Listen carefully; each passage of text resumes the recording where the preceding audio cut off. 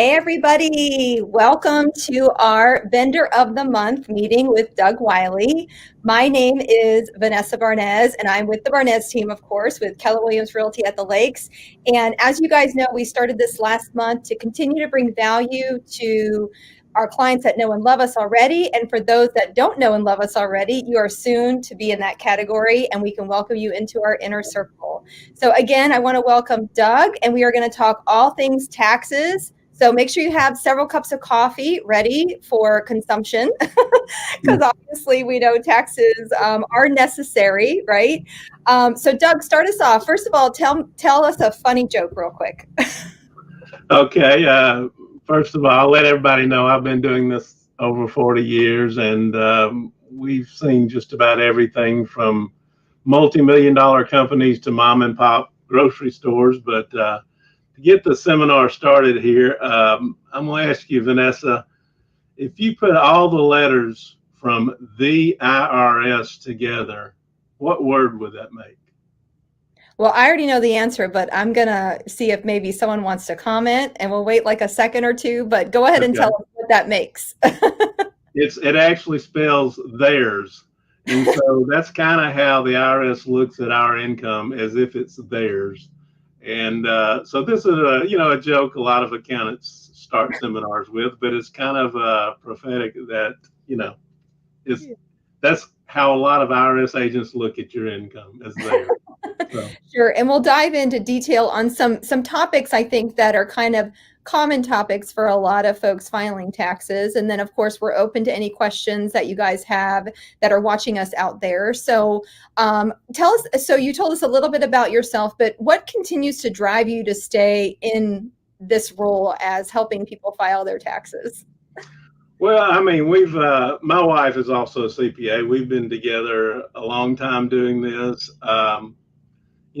I have friends all the time say, man, you're pulling down the bucks doing this kind of work. We don't even think about the money when we're trying to help people. It's about helping people solve their problems, save them some taxes, and really helping. I'm sure you're the same way when it comes to selling houses. You're trying to make the people happy, which is what we try to do. Taxes are a hard thing for people to grasp. They need help doing this. It's not like the old shade tree mechanics that could work on a car. You can't prepare your own tax returns hardly anymore without proper software, or if you have complicated returns, an accountant or tax preparer helping you. Right. And just a little disclaimer, guys, of course, actually two little disclaimers. Doug is actually my personal accountant. So I of course, have worked with him for many, many years. And of course, he's a wealth of knowledge. And of course, we want to make sure you guys know that this is just kind of general tax advice. Of course, each specific circumstances and what's going on in your world is different. So obviously, if you don't have an accountant, call Doug, because obviously I have a personal relationship with him and doing our personal taxes. But of course, if you have an accountant, please go back to your personal accountant and make sure you go into detail for your personal situation and making sure that you're getting proper advice for you. That's true. Every situation is different, and there are no easy short form tax returns anymore. Even a child's tax return is complicated. So make sure you have a good accountant to help you with this and walk you through it. I always say in 90% of the cases, the cost of the accountant is less than the amount of money that he will save you on taxes. So you always come out better having someone who knows what they're doing go through, and because this is it's a big part of your income through your life. Buying a house is a big investment. Well, taxes are a big investment too. You have to, if you want to call it an investment. But you really have to work to try to minimize the taxes, and you need a good accountant to do that.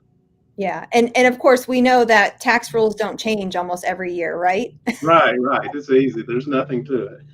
Exactly. So I mean, that's why you need a professional, like Doug, that keeps up to date on the taxes and all the deductions that you can take. So I have kind of a couple topics that I think come up often.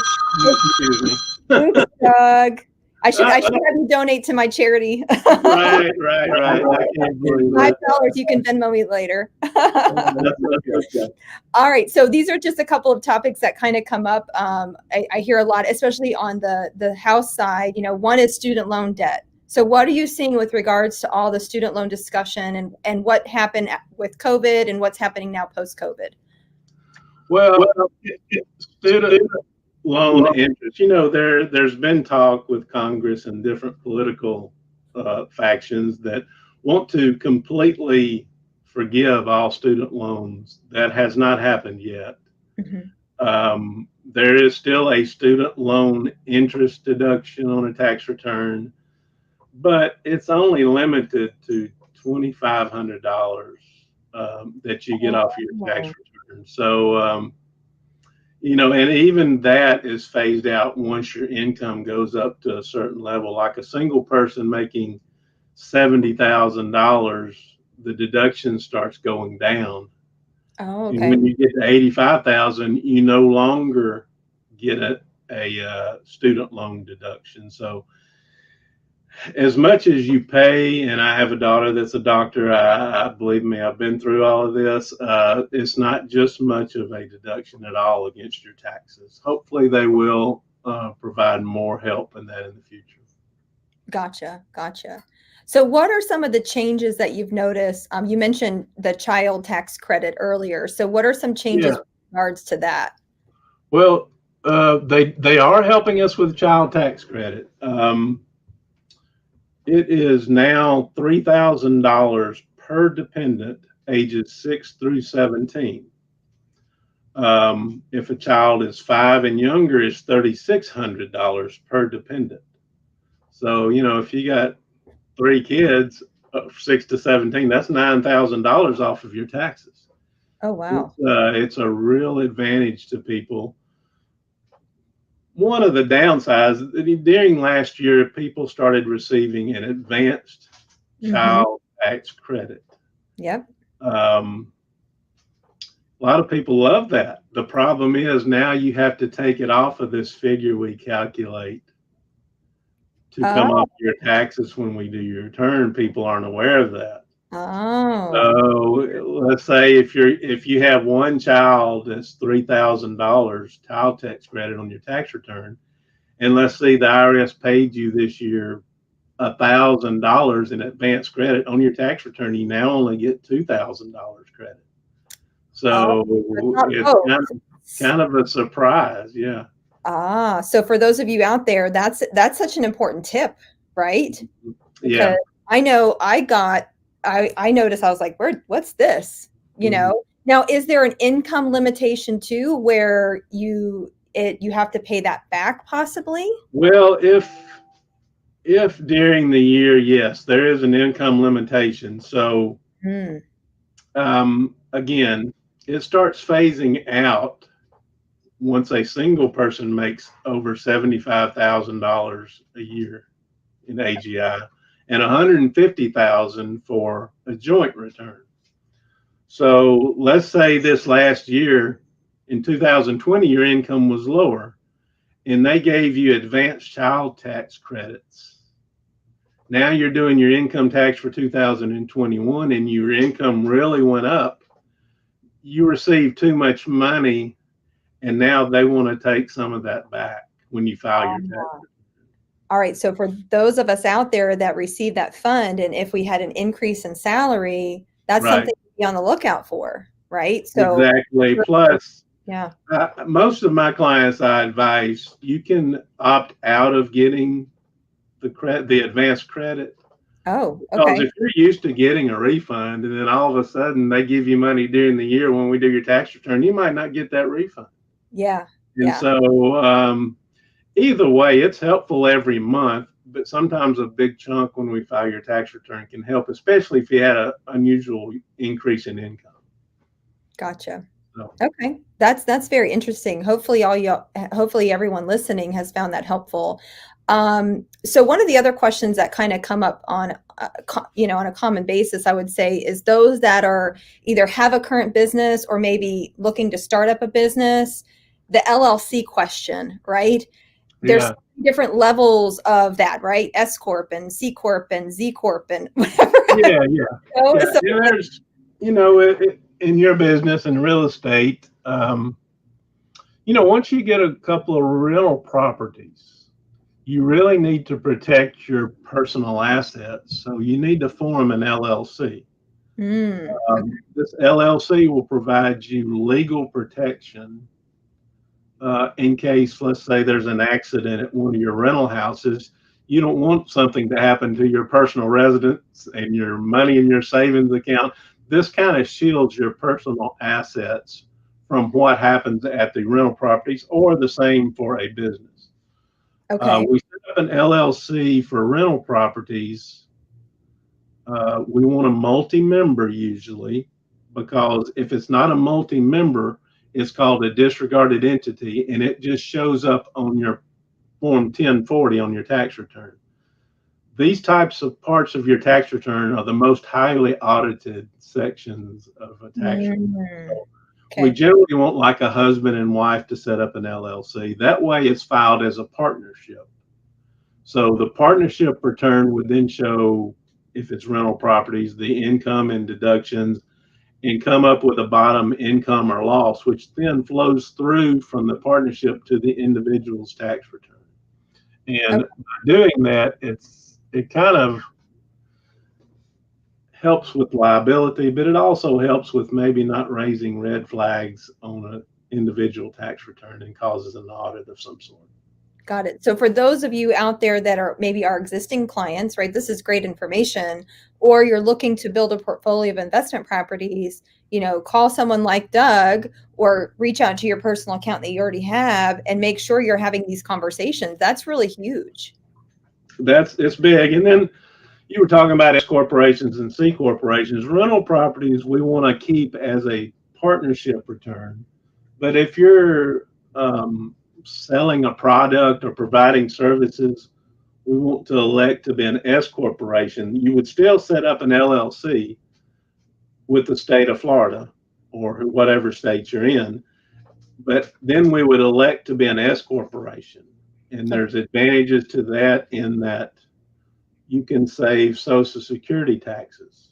So with an S corporation, your income would be taken out partly through a W-2 as an employee, and partly through a K-1, which is the income from the S corporation after payroll. That income is not subject to Social Security taxes, which is 15.3%. Wow. So if you made $100,000, we would generally take maybe a $50,000 W-2. That would be subject to 15.3% Social Security, but the other 100,000 on the K-1 is not subject to Social Security taxes. Oh, wow. So that's huge. I mean, that's wow. Yeah, I mean, that's why you want to hire a professional, right? Mm-hmm. What about, for example, like someone looking to get into real estate like myself, or, someone wanting to create a business? What does that look like from an LLC perspective? Are there also different categories they can consider from that? So we talked about the rental property, like the rental Mm-hmm. side, right? Owning homes, but from the business side of things, what would that look like? Well, it's basically going to be, once you set up an LLC, you determine at that point which direction you want to go, to an S corporation or partnership or whatever. But the LLC is a business, and so the IRS a couple of years ago, well, more than a couple of years ago, but there's some tax law changes a few years ago that you get a 20% deduction off of your net income that the IRS gives you. So if you made $100,000 in a business, in most cases, the IRS will give you a 20% deduction off of that. So that's $20,000 deduction they're just giving you. You only pay tax on $80,000. One of the requirements is you have a full set of books. So even if you have rental properties and you have an LLC, you have to have a full set of books, QuickBooks or manual, whatever you do. You have to, basically, you'll have a beginning amount in your checking account. You'll record all your deposits and all your checks, and at the end of the year, you'll come up to an ending balance. And all of these numbers have to tie in together to where you have a full set of books. Without those full set of books, the IRS was not going to allow the 20% deduction. Understood. So keep records of things. Yes. Every expense, everything that comes in and goes out, you need to keep a register, right? Right. Like for me, I still keep a checkbook. How many of you Right. guys out there keep a checkbook anymore? But I love balancing my checkbook. So I know Doug every year is like, where's your register? You know, Yeah. so we have to go through and highlight. So if you guys are looking to do this, the biggest, I mean, my big takeaway from that just there is keep a register of everything. You know? I'm sorry, I don't know how that. $4, $10 on you. I'm so sorry I hit it. I don't know what happened. But yeah, a big thing too is mileage. I mean, that's a huge deduction.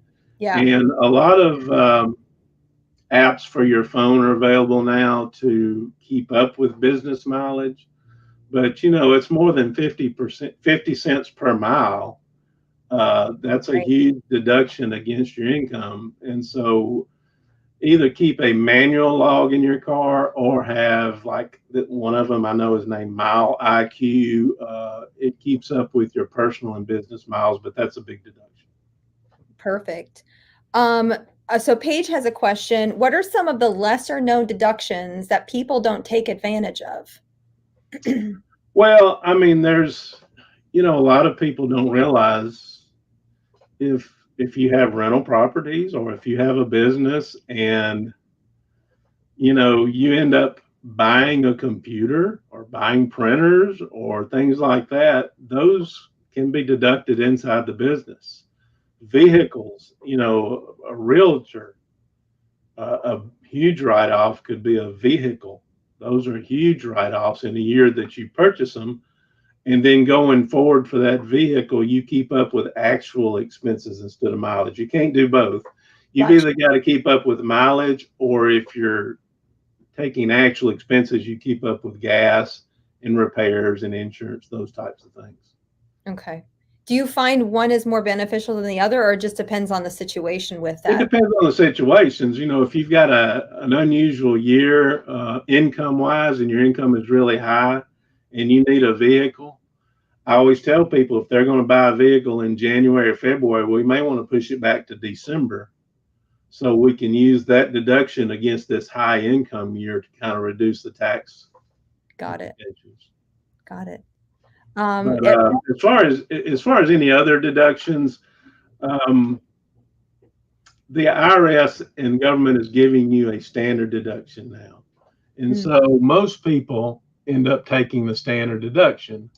Let me get the amounts here, but it's like $25,000 for a married couple that's filing joint, and about a little over 12,000 for a single person. So that's what the IRS gives you. If your itemized deductions are more than that, it's beneficial. You will use those on Schedule A itemized deductions, which would include medical expenses, taxes, mortgage interest on homes, and charities. But all of those would need to add up more than 25,000 on a married filing joint to help you at all. So most people these days end up using a standard deduction. The IRS did last year allow up to $600 charitable deduction, even if we don't itemize. So you would get the standard deduction plus up to $600 in charity. Oh, okay. That's good. Wonderful. Is there anything else while we wrap up? Is there anything else that you think we didn't cover that you find a lot of your clients come to you and ask you questions around? Well, I mean, if you have kids and you have daycare, if both husband and spouse work, there's a credit for dependent care that we can take. Again, it's phased out once you start making more money. They take things away. But you do need the total amount you pay the daycare, whether it's an individual or a church or whatever. We need the total amount paid, who you paid it to, the address, and their federal ID number. And so a lot of times people don't have that information. They just tell us how much they paid for daycare. We need the name of the entity or individual, federal ID number or social security number, and the address and amount paid. Again, tuition is also something also that really helps if you have kids in college. Oh, so tuition deductions? Yeah, oh, that's a big deduction also. Oh, that's awesome. I didn't know that either. That's great. I think that's two great takeaways for Mhm. today is the daycare and the Mhm. tuition. That's Mhm. wonderful. Well, Doug, thank you so much for joining us today. I feel like this Okay. was so helpful. I don't see any additional questions in the comments, but if you guys have questions after the webinar is over, please feel free to reach out to myself, or of course, if it's tax related, call Doug. If you need housing, anything on the housing side, of course, our team is honored and happy to help. But again, we hope that you guys have found some value in this webinar. And as we continue this series, I think Doug and I we'll just touch on it, not even just real quick, I think we're going to bring back another discussion on 1031 exchanges. So for those investors out there that are curious about what that looks like, we'll bring Doug in and we'll bring in a 1031 exchange expert to kind of have a conversation around that. So, but anyways, guys, thank you so much for joining us today, and we'll see y'all soon. All right. Thank you. Bye-bye. Bye.